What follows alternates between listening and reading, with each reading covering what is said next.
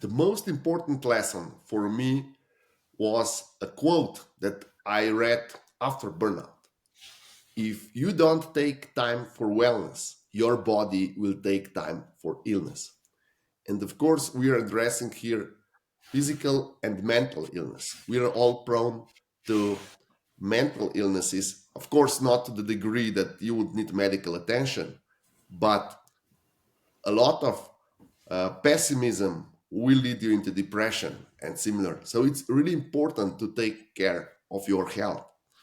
Uh, Inactivity is equally or even more important than activity. That was the second lesson that I got from my burnout. So if I work for 8 hours, I need to have 8 hours of rest. So everything needs to be balanced. And my burnout led into bankruptcy. It was basically my environment telling me to stop. And I'm a serious, or I really believe that bankruptcy is just a burnout of a business. So when you're overexhausted, when you don't have good ideas, when you just want to, work more and more, instead of taking one step back and having a look from the top and see where you add value and where you don't add value, where you're just losing and where you're just about quantity, you have to stop. And the bankruptcy is just a nice way to telling you, okay, you are not adding enough value. You have a problem. Mm. My lesson was, that's a theory, but the most important hands-on advice for me was build your schedule around sleep, food, and exercise. That is extremely important. Not around meetings, uh, tasks, and deadlines. And always be aware that sleep and your biological needs and exercise are bottlenecks of your life and your business. So do not play God here and just go through it and say, okay, I don't need sleep. Of course, if there is a project that you have to finish, there might be a couple of days that you can go without sleep. But if you go without sleep for 2 weeks, you get into serious trouble. Of course, you can then push that with energy drinks, coffees, and similar. But in the long run, it will haunt you back. And I cannot stress enough: You do mentioned here not about 8 hours of underestimate your work sleep cycle. Do not and 8 hours of underestimate sleep. healthy food and exercise. And what I got from this, I was sustainability advocate for a long time, for basically for all my life.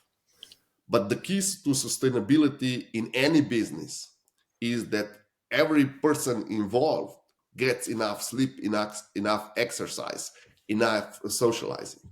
Sustainability does not start with recycling plastic bottle or driving electric car or using recycled bags. If you or your employees have to use energy drinks, coffee, um, or even drugs or medicaments just to get by, your business is not sustainable, even if you're recycling plastic. Mm. You mentioned about 8 hours of work and 8 hours of sleep. When you got that balance right, what started to change in your mental, emotional, and physical health? Sorry, I lost you there. Just 8 hours of work and 8 hours of sleep. Can you When, please when you repeat? got your balance right between 8 hours of work and 8 hours of sleep, what improvements did you see in your mental, emotional, and your physical health? Okay, I was much more fit. That resulted in less body fat. So I could get my body fat below 15%.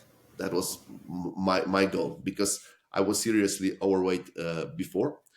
I was much more optimistic and as such much more productive.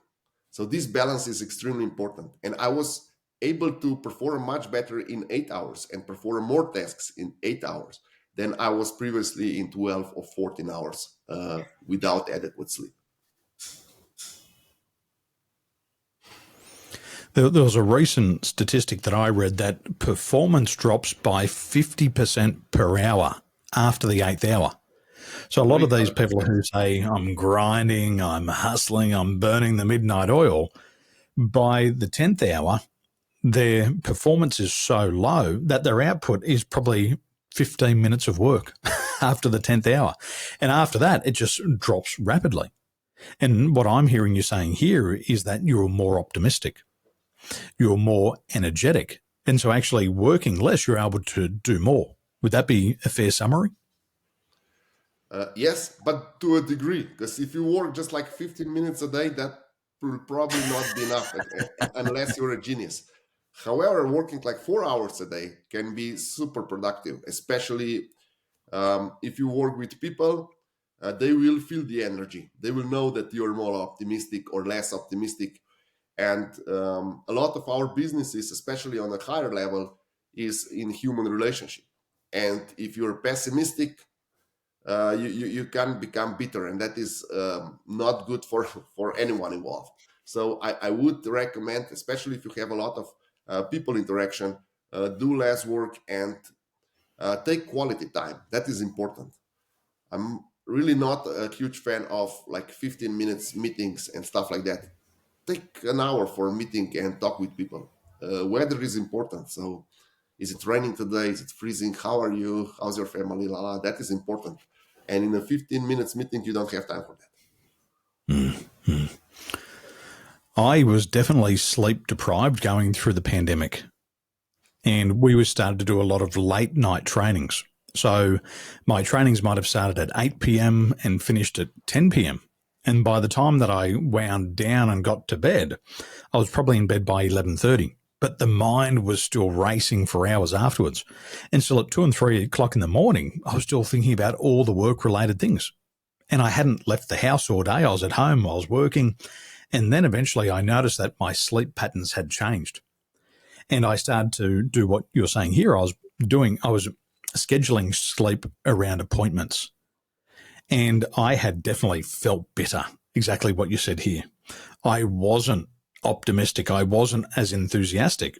And I believe that a lot of people who are on the other end of the phone or on the Zoom call would have picked it up. And it took me a good 6 months of healthy sleep habits just to recover from that.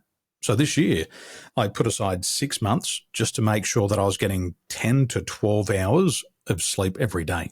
And it took me a good 6 months to recover.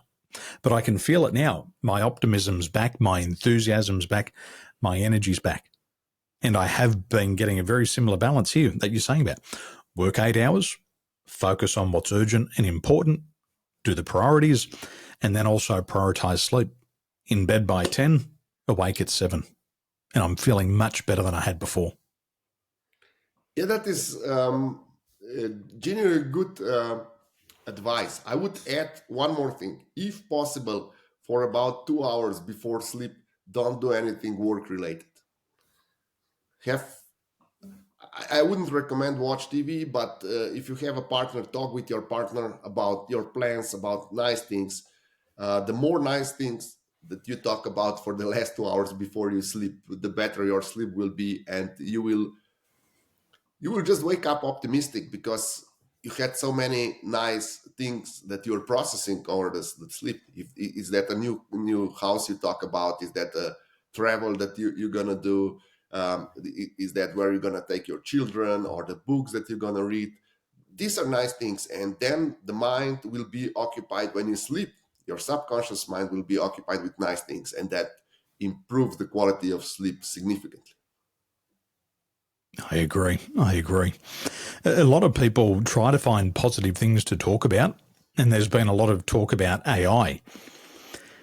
From your perspective, why do employees fear AI?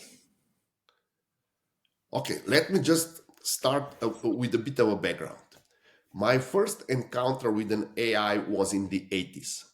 My first program, or now would be called app, that I programmed was in the mid 90s that I used artificial intelligence. And I have a lot of experiences with that. However, the AI got the mass attention last year, probably with OpenAI company going public.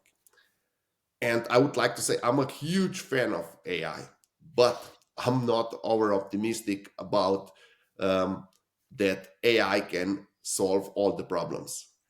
I do believe that as much, or if there's 100 problems that AI can solve, there are 100 risks that AI will bring.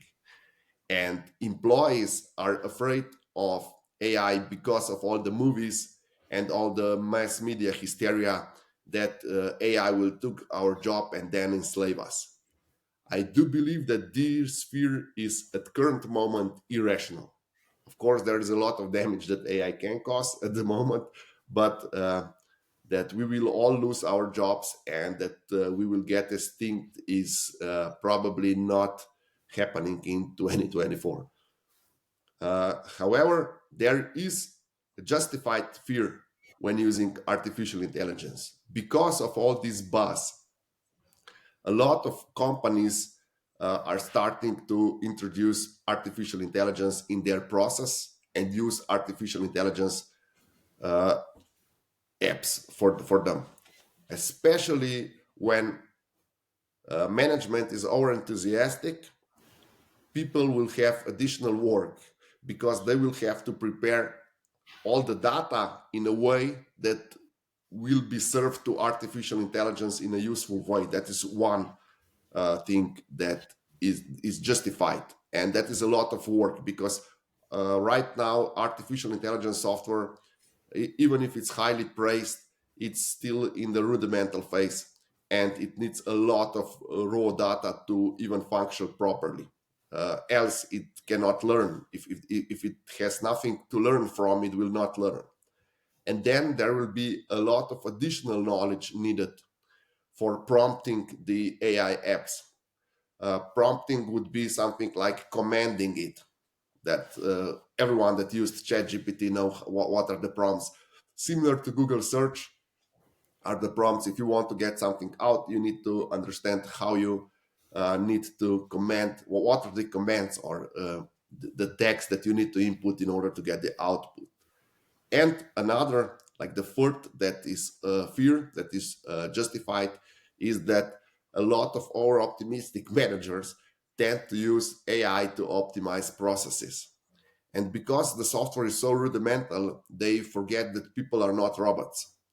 And the processes that were optimized with artificial intelligence are often um,